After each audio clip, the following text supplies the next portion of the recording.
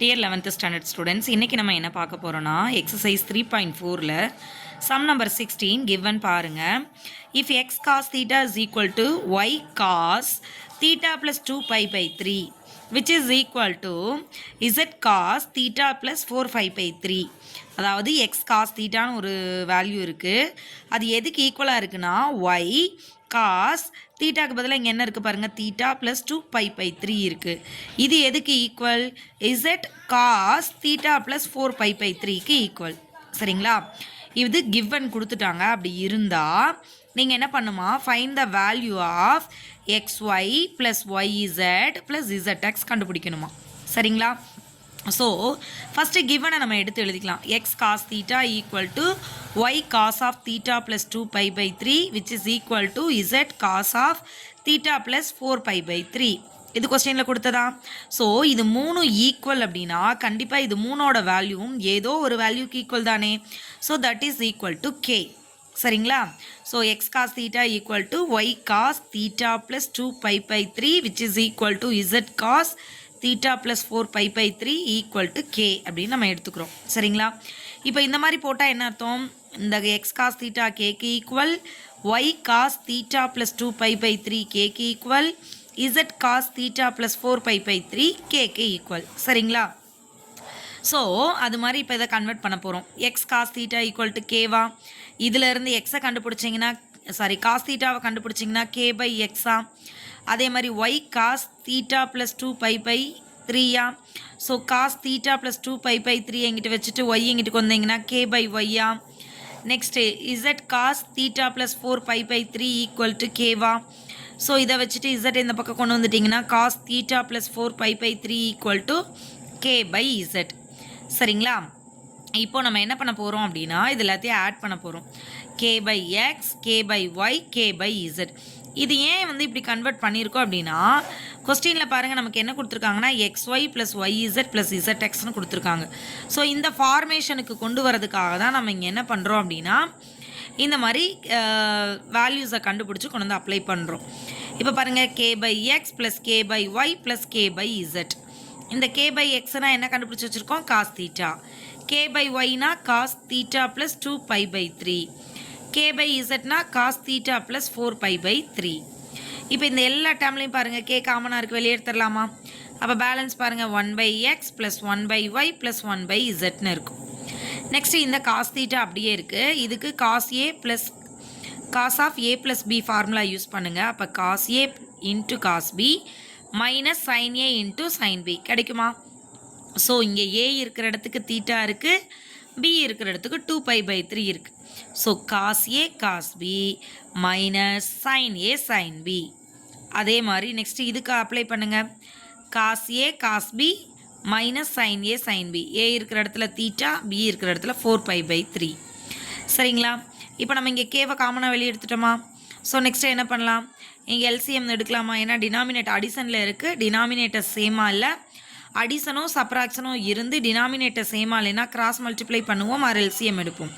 Right? So இது variables அப்படிங்கிறனால நான் அப்படியே ஜஸ்ட் கிராஸ் மல்டிப்ளை பண்ணிக்கிறேன். இங்கே எக்ஸ் இருக்குது, அப்போ பேலன்ஸ் ஒய் இசட்டால் இங்கே மல்டிப்ளை பண்ணணுமா? இங்கே ஒய் இருக்குது, ஸோ பேலன்ஸ் எக்ஸ் இசட்டால் இங்கே மல்டிப்ளை பண்ணணுமா? இங்கே இசட் இருக்குது, ஸோ அப்போ எக்ஸ் ஒய்யால் இங்கே மல்டிப்ளை பண்ணுமா? X y plus y z plus z x. மூணுக்கு சேர்த்து எக்ஸ் ஒய் இசட்டா வந்துருச்சா? ஸோ இங்கே அதே மாதிரி பார்த்தீங்க அப்படின்னா cos theta plus cos theta, இந்த காஸ் தீட்டா அப்படியே இருக்குது. இந்த 2 பை பை 3 அப்படிங்கிறது என்னென்னா பை அப்படின்னா உங்களுக்கு எத்தனை டிகிரி? 180 டிகிரி. ரைட்டா? பை அப்படின்னா 180 டிகிரி, 2 பை அப்படின்னா 360 டிகிரி. ஸோ அதை 3ஆல் டிவைட் பண்ணிங்க அப்படின்னா உங்களுக்கு 120 டிகிரி கிடைக்கும். ரைட்டா? ஸோ அதான் இங்கே எழுதியிருக்கோம் cos 120 degree minus sine theta. Sine 2 pi by 3நாலும் சைன் 120 டிகிரி தானே. அதே மாதிரி cos theta cos 4 pi by 3னா ஸோ 4ஆல் நீங்கள் மல்டிப்ளை பண்ணும்போது உங்களுக்கு 720 கிடைக்கும். 720யை 3ஆல் டிவைட் பண்ணும்போது 240 டிகிரி. சரிங்களா? அப்போ cos 240 degree minus sine theta into sine 240 degree. So next இந்த 120 டிகிரியை நம்ம எப்படி பிரிச்சுக்கலாம்? 90 ப்ளஸ் தீட்டான்னு பிரிச்சுக்கலாமா? ஸோ காஸ் தீட்டா ஃபஸ்ட்டு அப்படியே இருந்துச்சு. நெக்ஸ்ட்டு காஸ் ஏ காஸ் பியில் இருக்கக்கூடிய காஸ் ஏக்குரிய காஸ் தீட்டா அப்படியே இருக்குது. காஸ் பிக்குரிய 120 எப்படி பிரிச்சிருக்கோம் அப்படின்னா 90 + 30ன்னு பிரிச்சிட்டோம். Minus sine A sine B. So sine A அப்படியே இருக்குது. சைன் பிஏ மோட 120 90 + 30ன்னு பிரிச்சாச்சு. Again cos A cos B. இங்கே வந்து உங்களுக்கு ஆக்சுவலாக எத்தனை டிகிரி கிடச்சிது அப்படின்னா 720 டிகிரியை 3ஆல் டிவைட் பண்ணும்போது 240 கிடைக்கும். ஸோ 240யை வந்து நம்ம எப்படி எழுதலாம் அப்படின்னா 180 + 16 எழுதலாம். அல்லது 3 × 390s ஆர் 270. 270லேருந்து 30 சப்ராக்ட் பண்ணியும் எழுதலாம். ஸோ அதனால் இங்கே நம்ம சப்ராக்ட் பண்ணி எழுதியிருக்கோம். ரெண்டில் எதுவும் யூஸ் பண்ணாலும் ஓகே தான். Next sign theta into sign 3 × 90 - theta 30. இப்போ 390s ஆர் 270 270ல் 30 போச்சுன்னா 240 அந்த கான்செப்ட். ஓகேங்களா? இப்போ இந்த காஸ் தீட்டா அப்படியே இருக்குது. இந்த காஸ் தீட்டா அப்படியே இருக்குது. காஸ் ஆஃப் 90 + சைன் தீட்டா அப்படின்னா சைன் தீட்டா. ரைட்டா? ஸோ அப்போ சைன் 30 டிகிரி. ஆல்ரெடி நம்ம இது பற்றி படிச்சிருப்போம். குவாட்ரண்ட்ஸ் பற்றி படிச்சிருப்போம். ஸோ இது ஃபஸ்ட்டு குவாட்ரண்ட், இது செகண்ட் குவாட்ரண்ட், இது தேர்டு குவாட்ரண்ட், இது ஃபோர்த்து குவாட்ரண்ட். ரைட்டுங்களா? இங்கே ஆல் அப்படின்னா என்ன அர்த்தம்? All sine theta cos theta, all 6 thetas are positive. இங்கே all silver tea cups. So silver அப்படின்னா சைன் தீட்டாவும் அதோட ரெசிப்ரோக்கல் கொசிக்கன் தீட்டாவும் இங்கே வந்து பாசிட்டிவ். இங்கே டேன் தீட்டாவும் காட் தீட்டாவும் பாசிட்டிவ். இங்கே காஸ் தீட்டாவும் சீக்கன் தீட்டாவும் பாசிட்டிவ். சரிதானுங்களே? ஸோ 90 + தீட்டானா 90னா இது வரைக்கும் இருக்கக்கூடிய இந்த ஃபஸ்ட்டு குவாட்ரண்ட், 90 + 30னா செகண்ட் குவாட்ரண்ட் வந்துடுமா? செகண்ட் குவாட்ரண்ட்டில் சைனும் கொசிக்கனும் இருந்தால் மட்டும்தான் பாசிட்டிவ். பட் நம்மக்கிட்ட இங்கே என்ன இருக்குது அப்படின்னா காசு இருக்குது. அப்போ காசுங்கிறப்ப அதோட ஆன்சர் மைனஸில் வருமா? ஸோ அந்த மைனஸ் இது. Next cos of 90 + theta sine theta. So sine 30 degree. இது எப்படி சைன் 30 மாறுச்சுன்னு புரியுதா உங்களுக்கு? 90 + தீட்டா அப்படின்னா சைன் தீட்டாவாக மாறிடும். பட் நீங்கள் 90 + தீட்டாங்கிறப்ப இங்கே வந்துடுது, செகண்ட் குவாட்ரண்ட்டுக்கு வந்துடுது. இங்கே சைனும் கொசிக்கனும் இருந்தால் மட்டும்தான் பாசிட்டிவ். பட் இது காசு, அதனால் வந்து நெகட்டிவ். சரிங்களா? Minus sine theta into sine 90 + 30. So sine 90 + 30னா காசாக மாறிடும். ஸோ செகண்ட் குவாட்ரண்ட் வரும்போது சைன் தீட்டா தான். சைன் தீட்டாக்கு இங்கே positive. So cos 30 degree positive. Plus இந்த காஸ் தீட்டா அப்படியே வந்துடும். Cos of 3 × 90.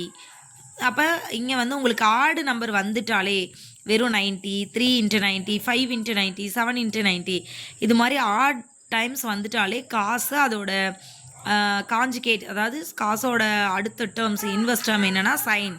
ஸோ காசு என்னவா மாறிடும்னா சைனாக மாறிடும்.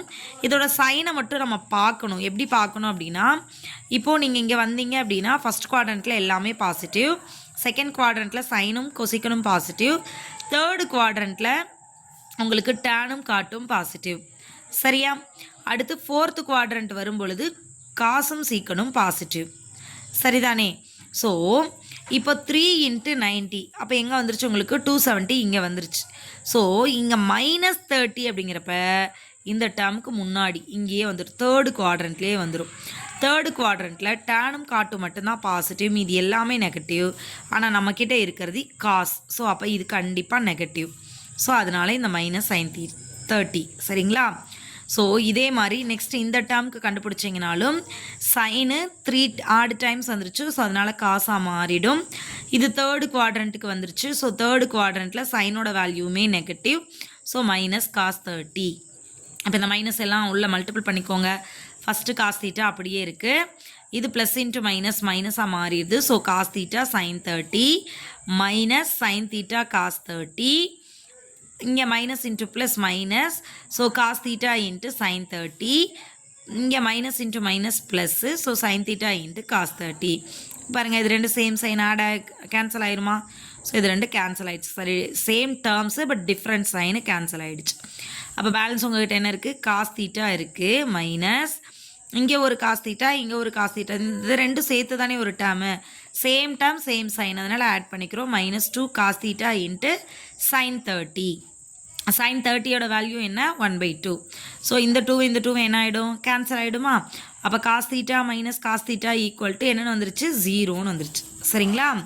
அப்போ k into xy plus yz plus zx by xyz equal to 0. இப்போ இந்த kyz நம்ம xyz மட்டும் இங்கிட்டு கொண்டு வந்துருங்க. அப்போ k into xy plus yz plus zx equal to 0. Again நம்ம கொஸ்டினில் இந்த உள்ளே இருக்கிற டேர்ம்ஸ் மட்டும் தான் இருக்குது. ஸோ கேவையும் இங்கிட்டு கொண்டு வந்துருங்க.